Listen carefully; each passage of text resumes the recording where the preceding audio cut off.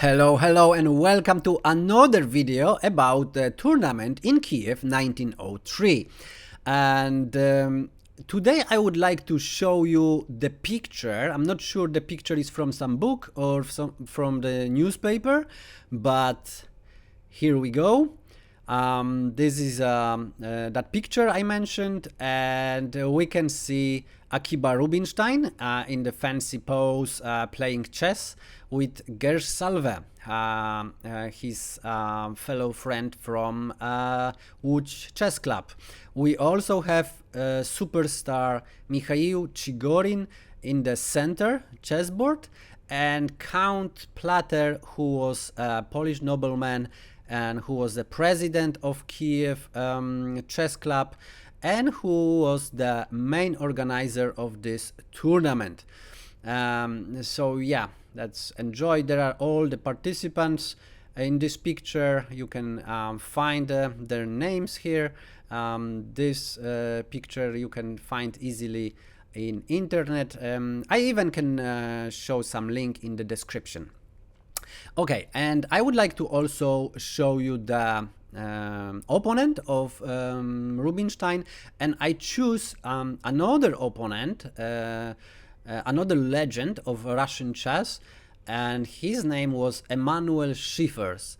And I know it doesn't sound like he's a Russian because his parents were German, and they just migrated to St. Petersburg. So he just all his life he spent in St. Petersburg, and he born in 1850, and in the age of 10 he was already the best player in Russia, and he held that title for another 20 years. And in 1870, after a couple of years of teaching Mikhail Chigorin to play chess, Chigorin became better than him, beat him in some games, and then he became a number 2. And what do we know about Emanuel Schiffers? He was quite strong player, however not really top of the top. His best tournament result was in Hastings in 1895, and he finished 6th. Harry Pillsbury won at that time, and yeah, so that's the strong player, but of course not as strong as Chigorin. And he was really good, but maybe 8 years before. Then Chessmetrics show his ranking as over 2600, so that was at that time. But then all of this ranking dropped down, and the last ranking we can find of Emanuel Schiffers is from April 1902. And then it's still dropping, so 1 year later probably I would estimate that his ranking could be 2400. That's my estimation. And yeah, warm welcome for Emanuel Schiffers. And of course Akiba Rubinstein, which strength is estimated for this tournament as 2400 as well. I think time to start to see the game and what happened on the board. Schiffers open with e4. We have e6, French defense, d4, d5, knight c3, and knight f6. Now we have bishop on g5, and for the first time in Rubinstein's career, at least in tournaments or in recorded games, he played d on e4. And this system gonna be popular later through his career. So knight takes on e4, knight b on d7, knight f3, bishop e7, knight captures on f6, knight captures on f6, bishop d3, and Rubinstein castles, Schiffers castles as well. We have b6, knight e5, quite aggressive, but the move is quite okay. Bishop b7, c3, strengthening the center, rook c8, preparing c5, queen e2,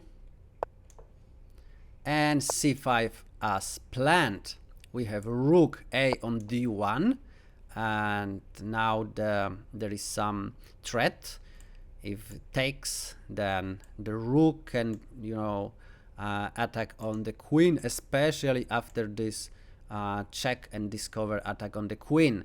So Rubinstein c captures on d4, c captures on d4, and we have queen d5. The threat is very simple, checkmate on g2. Knight f3, just retreat. Rook f on d8, moving the rooks to the center. b3, queen a5, and now Schiffers believe that he can move back with his knight. The knight don't need to protect g2 from being checkmated. And now there is also some trap, because Schiffers, this knight controlled d4, and now the knight moved to e5, so of course it's not controlling. But can this pawn be taken this way? Can this pawn be taken? Okay, I think you can pause the video and try to tell me if this rook can be taken, what white can do, and what are the possibilities for black and white, while I enjoy my cup of tea.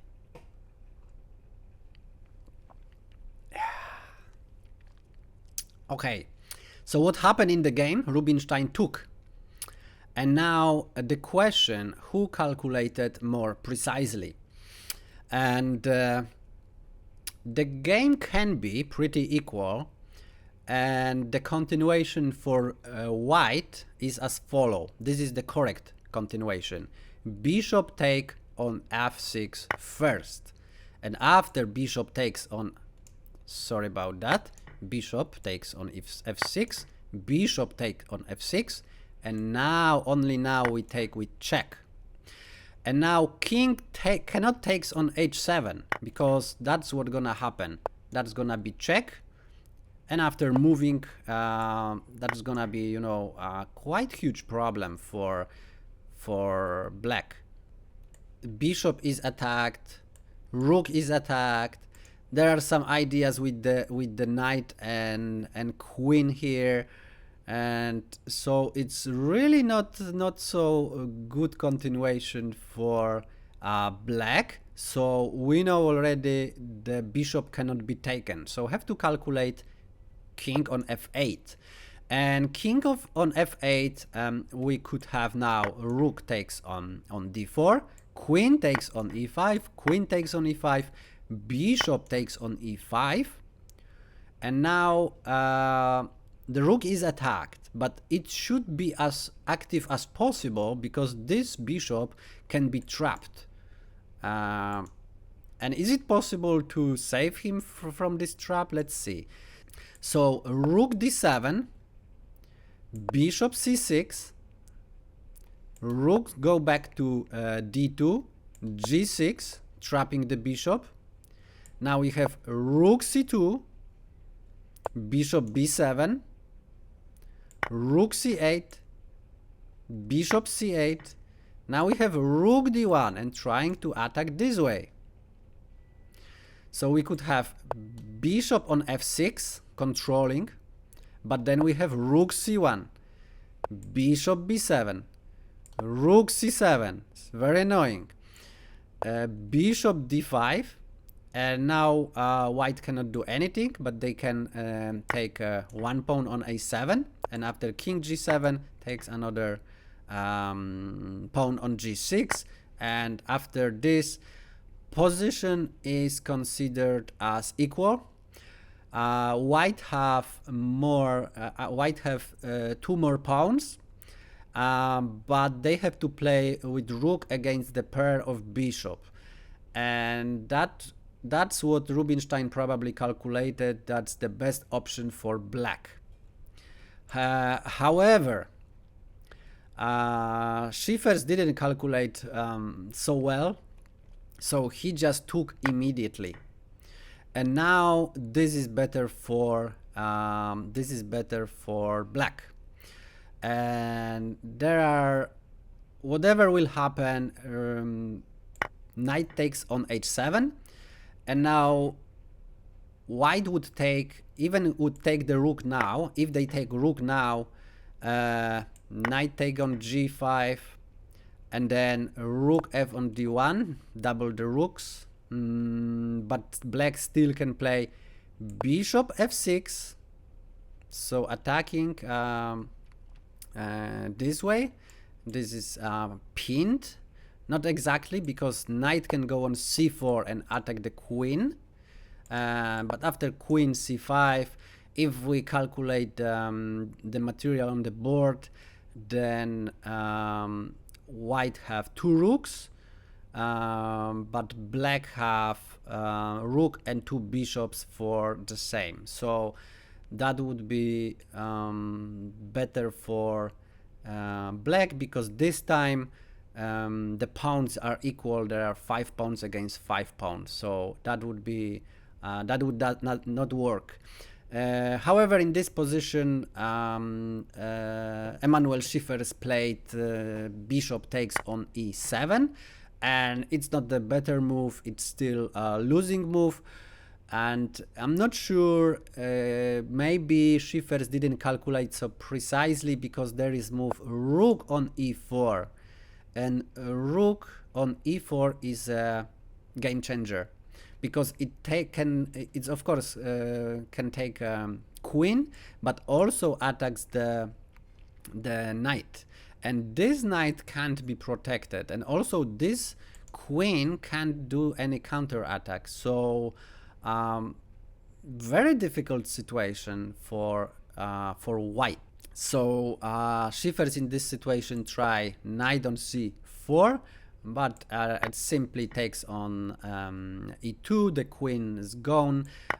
Bishop takes the queen, but now losing this knight. And as you see on the board, material is not equal.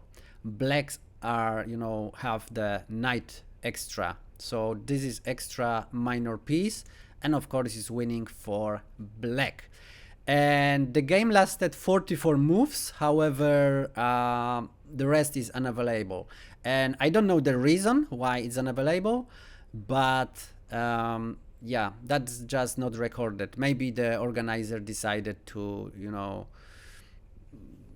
keep the most interesting parts, as many of games from that tournament are missing. Some parts are missing, the most obvious parts, or maybe it's just, I don't know, some book where everything was recorded vanished partially or something. I have no idea what happened. But yeah, that's all what we have. We know only that Akiba Rubinstein won this game, and with the piece extra, he got the whole point for the tournament with the legend of chess, a Russian player, Emanuel Schiffers. And as always, I would like to invite you for checking the study, link in the description, and of course feel free to push the like if you like this video, and unlike if you don't like this video. Also, I really appreciate all comments, so please leave some comment, give me some ideas, what you think about these movies, about this series, how to improve that. Maybe I can do something extra, something more, something better. I would really like to do that. And yeah, that's being said, thank you for watching, and see you in the next one.